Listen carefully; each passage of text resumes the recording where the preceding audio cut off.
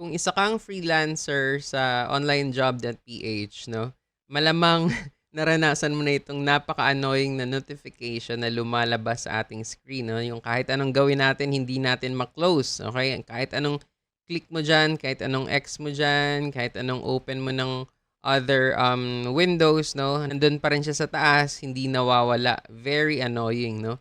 So, paano nga ba maso-solve 'yan? Well, tuturuan ko kayo ng isang trick na natutunan natin mula sa mga Davao freelancers, okay? Po-post natin yung kanilang mga pangalan dito. Salamat po ng marami kasi 1 month na po akong nahihirapan dahil diyan 'no. Pero sa kanila ko natutunan yung ganitong trick. Okay, so anyways, I will share the good news 'no. Ipapakita na natin 'yan sa inyo ngayon. Palaki natin yung ating monitor. Alright? Now, ang gagawin natin guys is kailangan nating i-click yung settings, okay, and hide notification ng mabilis, okay? Gagawin natin yan before pa man lumabas itong annoying na notification na ito. Okay, pakita natin sa inyo. Alright? So, ang gagawin natin is login tayo. Okay, open natin. And abangan natin sa settings, hide notification. Okay? Very quick. Okay, kailangan mabilis. And napansin nyo, wala na. Okay, wala na yung notification doon. Alright? So, ganun lang pala, napakadali.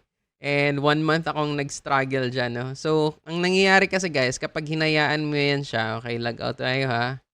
Ayan. Tapos, login tayo ulit. Okay. Ang mangyayari niyan, kapag hinayaan mo lang yan, okay, hindi mo na yan mako-close. Okay? Kaya ang dapat mong gawin dyan is close mo siya ng mabilis. Okay? Kasi kahit anong gawin natin, no, ayan, wala na, hindi mo na mako-close. Kapag na-click mo yan sa settings, side notification, wala pa rin. Nakaangat pa rin siya doon, no? Walang walang walang solusyon kung paano natin tanggalin 'yan. Maliban na lang doon, okay? So, ulitin natin ha. Okay? Log out. Alright? Open natin ulit.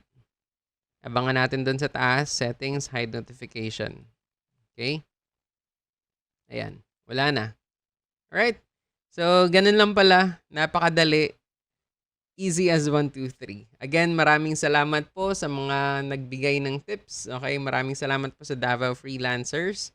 And yeah, God bless po sa inyong lahat. So, share the good news. Bye-bye.